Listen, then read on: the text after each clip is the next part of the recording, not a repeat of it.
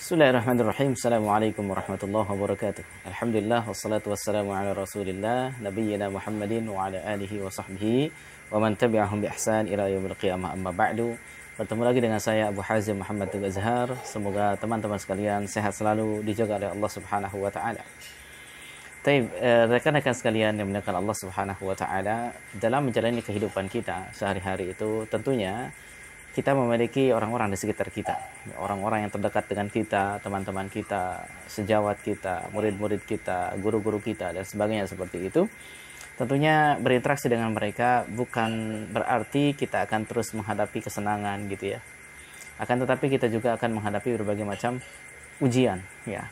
Di antara ujian yang senantiasa kita hadapi ketika berinteraksi dengan teman-teman kita, saudara-saudara kita, dan sebagainya adalah ada gesekan-gesekan di antara kita satu sama lain.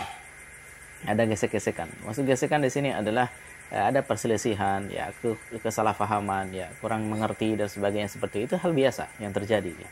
Karena saking intensnya kita bertemu dengan mereka, itu adalah hal yang sangat biasa terjadi, gitu. Cuman persoalannya adalah bagaimana sebenarnya kita menghadapi atau menyikapi persoalan-persoalan seperti itu, gitu ya. Terutama dalam kacamata syariat, ya, seperti apa?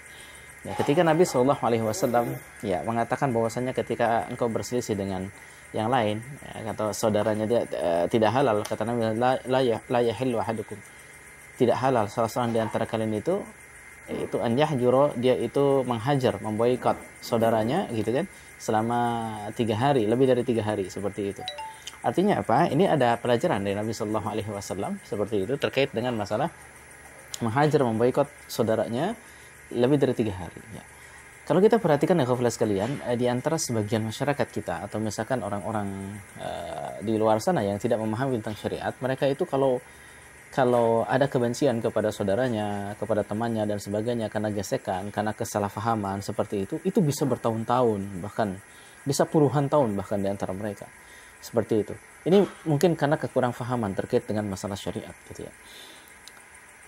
Tak sedikit juga di kalangan orang-orang katakanlah yang sudah ngaji, yang sudah mengenal agama, ketika mereka terjadi gesekan antar mereka, itu mereka juga memelihara kebencian itu bisa sampai berbulan-bulan, ya, bertahun-tahun bahkan seperti itu.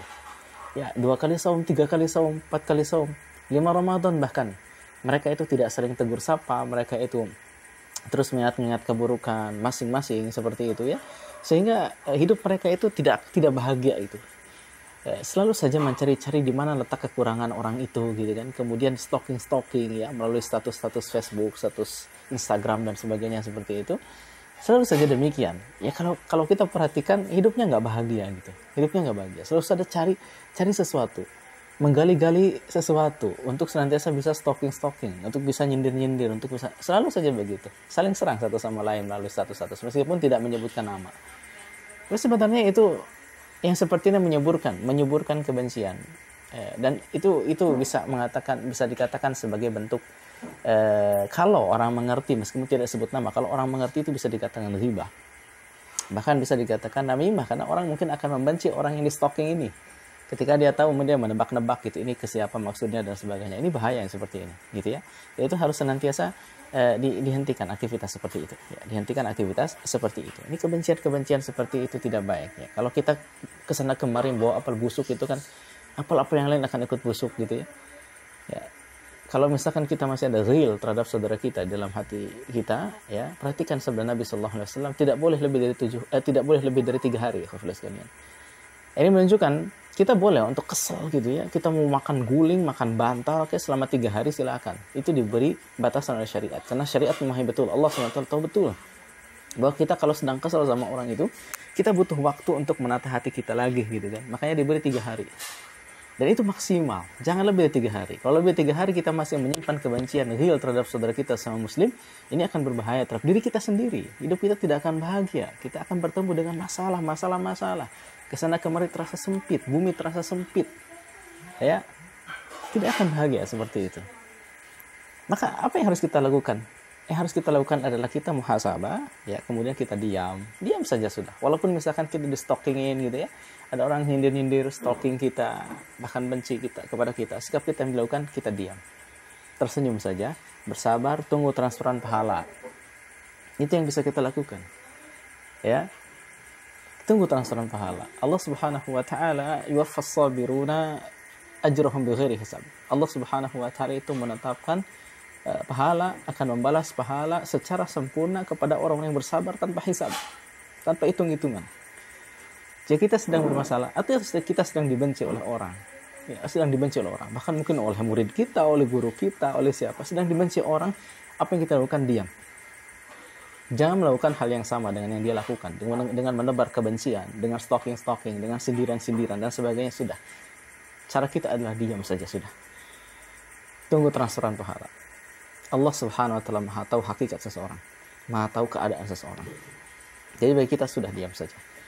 Tahan lisan kita, tahan jempol kita, ya, tahan diri kita, tahan hati kita. Biarkan dia benci sama kita, nggak apa-apa, silakan. Yang penting kita tidak benci sama dia. Itu cara kita menyikapi. Buat apa kita cari-cari kesalahan orang tersebut? Buat apa kita kemudian menggali-gali kira-kira apa yang senantiasa bisa kita tuliskan di status, supaya itu menjadi sebuah sindiran yang telak gitu ya, seperti itu. Buat apa? Hidup kita tidak akan bahagia, kawan. Tidak akan bahagia seperti itu. Atau misalkan kita merasa sesak, sakit hati, misalkan ada orang yang benci kita, ya akhi, ya karim, ya Allah, ya Rahman, ya Rahim. Hindarkan kita dari sikap seperti itu, ya Allah. Dalam artian apa ya kafilah sekalian? Jadilah orang merdeka. Orang merdeka itu hanya menghamba pada Allah Subhanahu wa taala. Ketika ada yang membenci, ya itu bebas, silakan dia yang benci. Ya, seperti itu. Jangan sampai itu membuat hati kita justru malah menjadi orang-orang yang tersiksa dengan hal tersebut. Biarkan saja hak orang. Yang namanya manusia itu apa? Ridhon nas ghayatun la tudrak, kata Syafi'i. Kata Syafi'i, ridho manusia itu adalah perkara yang tidak bisa la tudrak. Tidak akan bisa didapat, nggak bisa. Buat apa cari-cari ridho manusia, kan begitu. Ridho Allah Subhanahu wa taala saja yang kita kejar. Jadi ketika kita menghadapi ada haters terhadap kita, dia benci, ketika kita ingatkan kemudian dia jadi benci pada kita dan sebagainya seperti itu, silahkan, biarkan saja. Mau stalking kita seperti apa juga biarkan saja, diam saja sudah. Kita banyak tersenyum saja, bersabar saja, pahala menanti, transferan pahala terus-terusan seperti itu. Ya, itu cara terbaik kita dalam menghadapi hal demikian, ya kafilah sekalian.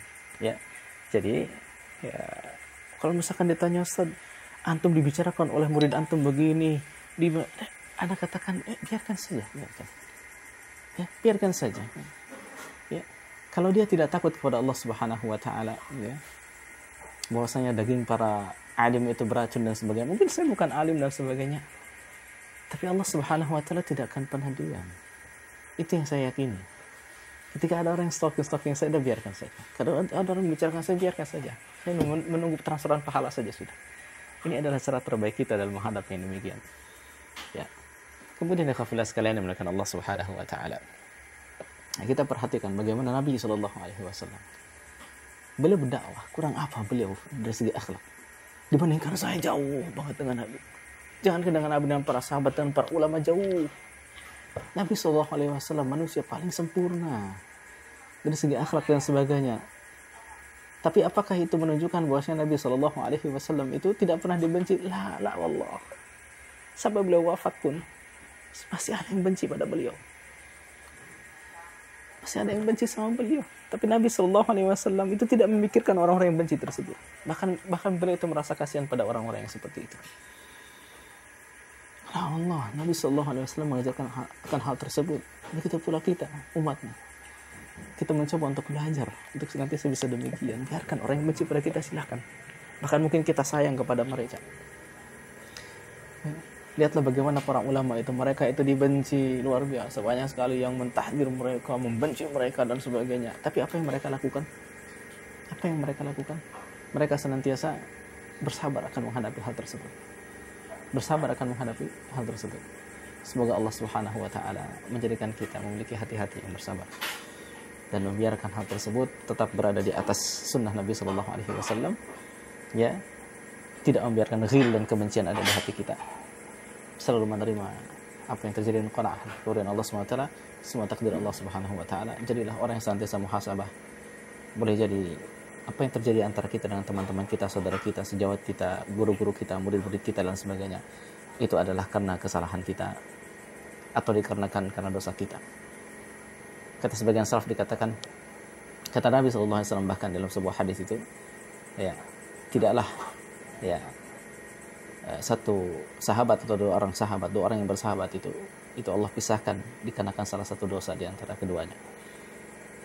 Maka yang paling kita perlukan dalam muhasabah terhadap diri kita sendiri. Baik, barakallahu fikum itu yang bisa disampaikan. Semoga bermanfaat. Assalamualaikum warahmatullahi wabarakatuh. Abu Hazim undur diri.